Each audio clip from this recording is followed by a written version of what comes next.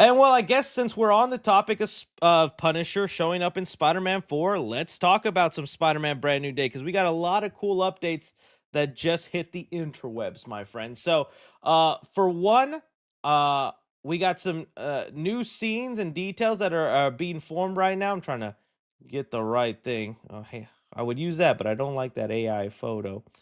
Let me see if I can get the. What is.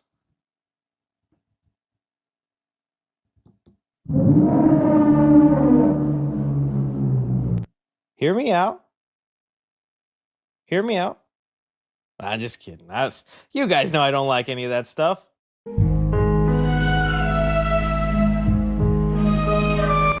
Okay. Enough. I had to get some fun in there with the sound effects. Okay, so I'll go to Spider-Man news. Uh I'll start off with this Tombstone story because we got an update on how Tombstone is going to be used not just in Spider-Man Brand New Day, in the trilogy, this new trilogy we have planned. So this is all coming from Alex from the Cosmic Circus. Like I've said before, Cosmic Circus I think is a very reliable source. They've gotten a lot of things right. I will admit, lately it's been a lot of speculating. And there have been speculations on like Doomsday, Brand New Day, projects that are still a little bit away, and since they haven't come out yet, we don't know how right they are, but they haven't steered me wrong, and I haven't seen them just flat out lie or make up stuff like some other people.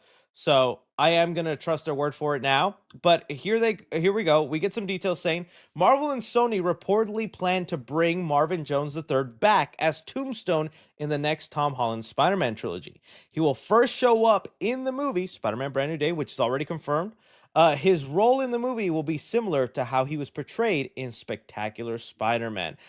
Essentially, here, what they're saying then is that Tombstone is going to be a character or villain that'll be a recurring thing in the Spider-Man Brand New Day trilogy, which to me is a good sign that we're headed to street level stories, that Spider-Man is going to be mainly doing stuff in New York, handling the crime there. I was worried after, No Way Home that they would just continue trying to up that, going bigger and bigger, and that just means traveling multiverses, going meeting Miles Morales in the animated verse or doing something like that, which, wouldn't be totally opposed, but it's also like I just feel like we haven't gotten enough of Tom Holland in New York doing street level stuff. I'd love to see those stories. So having Tombstone, and he won't be like a central villain. That's something that they specified also. It's not like he's going to be always there, but he's going to be a character that's kind of just always looming. Sometimes he has to go to him, sometimes he has to fight him off. He's just going to be someone there. I like that. I think that's going to be cool for Spider-Man. It also goes to show maybe how good of an actor, the actor that they got to portray him. I like this idea. I think that'll be really cool. Especially because if they go with the Spectacular Spider-Man, well, that Tombstone was just always hiring thugs and villains and becoming a problem for Spider-Man. And there was also this interesting thing where they have the same idea of wanting to clean up the streets of New York, wanting to better the city, but obviously Spider-Man wants to do it in a good way, while Tombstone wants to just like kill anybody who disagree, which is also something Punisher is going to do. So it's like, what makes Punisher kind of an ally for Spider-Man, but someone like Tombstone just a straight up villain? So that's going to be cool to see. Then we got this really cool update involving Spider-Man and a prison. So it looks like we're getting some details here. Here it says from Daniel RPK, a major action scene for Spider-Man Brand New Day has been filmed in a prison. The scene shows Spider-Man fighting an army of ninjas. We are like several months in to Spider-Man Brand New Day having filmed, having stuff. I mean, I think any week now we're going to hear that they've wrapped filming and they're done. And the amount of actual leaks that we've gotten is laughable compared to the No Way Home days, Far From Home, or I don't even know Homecoming had any leaks, to be honest with you. But No Way Home, we had that whole movie beat for beat, scene by scene, like months, a whole year before release, and we still ate that up and went crazy, right? Brand New Day is different. We have no idea who Sadie Sink is. We have no idea who the main villain is. You hear something like Spider-Man fight ninjas, and you're just like, huh? What? That's exciting. That sounds fun. So having this scene where Spider-Man could fight off some ninjas, I think that's cool. I've already seen some people speculate that, here we go. And I want to give credit to the actual first person I saw doing this, which was you guys some know him. He does good videos. Sammy is it Reacts? I don't know how to get what do we do?